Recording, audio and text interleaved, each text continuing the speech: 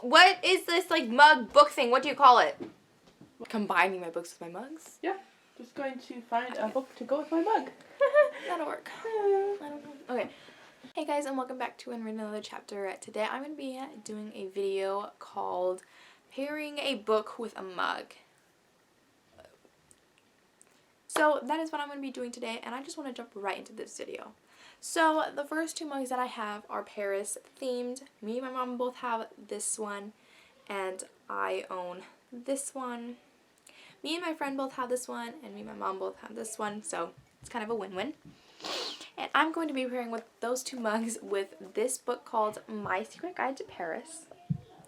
I read this book and I really, really enjoyed it. And this story follows a girl named Nora, and her grandmother had recently passed in an accident, and she and her grandmother were supposed to go to Paris together, and Nora's just really bummed that she's not going to be able to do that with her grandmother. And then while Nora and her mother are cleaning out the grandmother's house, Nora finds these notes and figures out that they are a scavenger hunt. And the grandmother was going to give them to Nora when they were going to go to Paris. But because the grandmother can't go to Paris because she is passed, Nora decides to ask her mother if she can go. The mother is really hesitant about it, and then with Nora just continually asking and pleading, she finally says yes, and they go to Paris, and Nora just takes these scavenger cards and goes all around Paris and meets her grandmother's friends and meets a new friend, and Nora meets a new friend, and it's just a really sweet story, and I really enjoyed it. I think I gave this like 4 stars. I think 4. I can't remember. And the second book is also really good, and I gave that one 4 stars. But that one is not Paris related. The next one I have is an owl mug, and I'm going to be pairing that with Harry Potter. And if you guys have read Harry Potter, there is an owl in here named Hedwig, and if you guys do not know what Harry Potter is about, it is about a boy named Harry, and he lives with his mean uncle and aunt and cousin, and they just treat him really, really badly. And so he gets this note saying that he has been accepted into this school called Hogwarts, and his uncle and aunt do not want him to go, and these notes just keep arriving and keep arriving. And so the aunt and uncle decide to move, and somehow one of the people from Hogwarts finds him and decides to take him to Hogwarts. And so Harry finally gets to go to Hogwarts and meets new friends and learns magic. So that is what I am pairing. I am pairing my owl mug with this because there is an owl in here named Hedwig.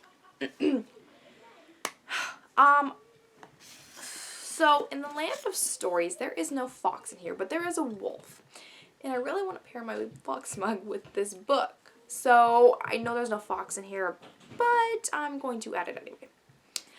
Land of Stories is about these 2 twins whose father died, can't remember how long ago, and Alex, the one girl, really, really loves fairy tales, and her brother Connor is just pretty much a boy who hates school and doesn't like anything to do with fairy tales.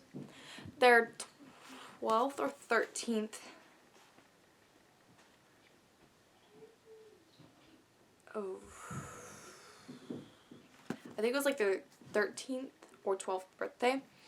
Their grandmother gives them a fairy book, and Alex figures out that it can transport you into this world of fairy tales. And so she and her brother go into this world, and grinding my teeth. So she and her brother go into this world, meet these new friends, and the only way they can get back into their real world is by going to each little kingdom. Okay, not little kingdom, but each kingdom, and collecting these items to go into the real world. Or to go back into the real world, that's what I should say. Okay. The next mug thing I have is this one. It says I'm busy, has glasses, a little cactus, and some classic books. On here it says Little Woman, and so I am pairing that with Little Women. This story follows 4 girls named Josephina. Oh man, how did I forget their names? Josephina, Meg, Amy, and Beth. There we go. And their father is away at war, and they are just a poor family, and this just follows their life story and their struggles and how they pretty much survived being a poor family. It's a really sweet story, and I really enjoy reading this, and I read it more than once. And I've read it more than once, that's what I should say. Okay, so I'm going to do this one actually. I have this tea thing, so you just like pour that type of thing. And I am pairing this with Pride and Prejudice. This follows the story of a girl named Elizabeth Bennet, who her mother really wants to marry off her girls to rich and handsome men, and Elizabeth does not want to get married. She finds this man named Darcy, and he's just a really ignorant, prideful man and does not like to talk or anything like that. And she gets to know him better, and they just become closer and closer until they finally end up marrying. It's just kind of their story and how they got together and how they kind of like bond together, even though they hate each other really a lot. So I have that one, and I'm also pairing that one mug with the Enola Holmes series. I know it may seem weird, but in I think the second So On, she pretends to have a secretary that she works for, and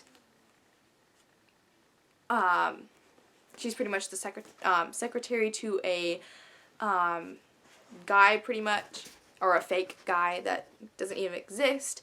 And this series follows a girl named Enola, which backwards spells alone. Enola Holmes, whose brother is Sherlock Holmes, and her mother has recently run off on her birthday, and Enola and her mother were really close, and so Enola's trying to find her mother while both of her brothers are trying to get her to go to a boarding school. And each book is a different thing. So the Case of the Missing Marquess is her trying to find her mother, and along with trying to find her mother, she happens to have a case of a left-handed lady, a bizarre bouquet, and I honestly didn't really enjoy this one as much. It was just really creepy, and there's a series coming out, so I think I'm going to skip the episode with this one lady in here that freaks me out. And then the next one is The Peculiar Pink Fan with the same girl in The Left-Handed Lady. And then The Cryptic Crinoline with her landlady missing, and The Gypsy Goodbye. And I can't really say anything without spoiling it, but this is such a great series. It says from ages 8 and up, and I would not recommend it for ages 8 and up. There's language and there's a lot of violence. I would honestly go from ages 12 and up unless you want your kids reading about violence and creepy people in here. I honestly, on the third book, this one was just really creepy, and I didn't like this one very much as I did the rest, but I still gave it 5 stars. But I just didn't like the one character in here. Nope. So I would definitely recommend these for ages 12 and up. But the reason why I paired it with that is because she likes to drink tea, and she has like this coffee pot and everything, or not coffee pot, this teacup and everything. So I decided to pair it with these 6 books.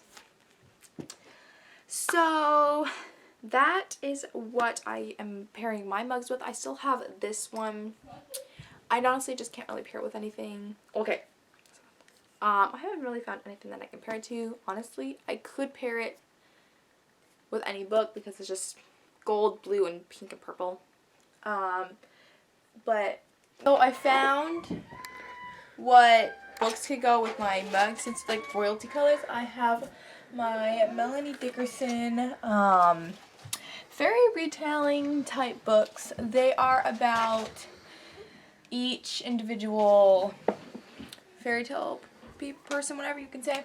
So there's Beauty and the Beast, Cinderella, Ariel, Mulan, all of them. And they're a romance type book, and they're Christian. So they're Christian fiction. And since I have a royalty here, I'm putting them with my royalty type book.